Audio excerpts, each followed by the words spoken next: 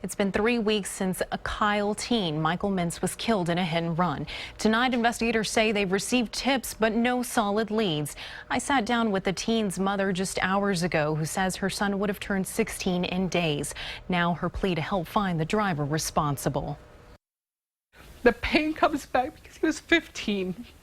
You know, I shouldn't be having memories of him. We should be making memories for the future. And it just upsets me that somebody felt like he was so worthless that you can just leave him, not even stop to check if he's okay, if there was a chance that you could call 911 and get him some help. How do you just walk away from him like that? Karen Mince heartbroken as she sifts through pictures. He was my little lizard. I called him my little lizard, my Miko. He was my little skinny boy. He was always so hyper and so active. Memories, the only thing left of her 15-year-old son, Michael Mince, who was hit and killed off FM 2001 in Niederwald in late December. I understand that whoever this person is has a family out there, you know, and I understand that might be what they're afraid of. My anger is that you knew what you did. DPS investigators say all they know is the suspect's truck could be a red Dodge Ram 3500 dually work pickup with damage to the right side and maybe missing a side mirror. The teen's mom is begging for answers. I think that's my frustration. Neighbors came out because it was so loud that they said that it sounded like two cars colliding.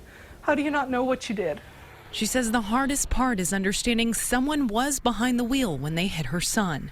You left him like he was a piece of trash. That piece of trash that you left on the side of the road was my 15-year-old little boy who I had to plan a funeral for instead of his 16th birthday party. Michael would have turned 16 next week. Now his mother is pleading for someone out there to help her find justice. We need closure. We need justice for my son. I'm not looking to get him life prison. I'm not, you know what? Just have the human decency to come up and say, you know what, I made a mistake. This is what I did. I don't even need an apology from you. Just admit what you did. Such a heartbreaking story. Now, again, the suspect's vehicle is described as a red Dodge Ram 3500 dually pickup that appears to be a work truck. DPS says the vehicle could have minor damage to the right side and may be missing a side mirror. They also believe there's a welder in the bed of the truck. We have the full description on KSAN.com. If you know anything, call police. Over the last year, people who live along State Highway 21 have been working with the Texas Department of Transportation to make the stretch of road between Niederwald and Niederwald safer. Their top priorities: widening the road, lowering the speed limit, and adding signal lights. TxDOT is making some progress on the changes, planning to install 2 signal lights on the stretch of highway.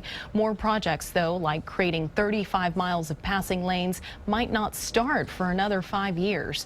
Tomorrow, people living along SH 21 are hosting a meeting to talk about the recent deaths and crashes on the road.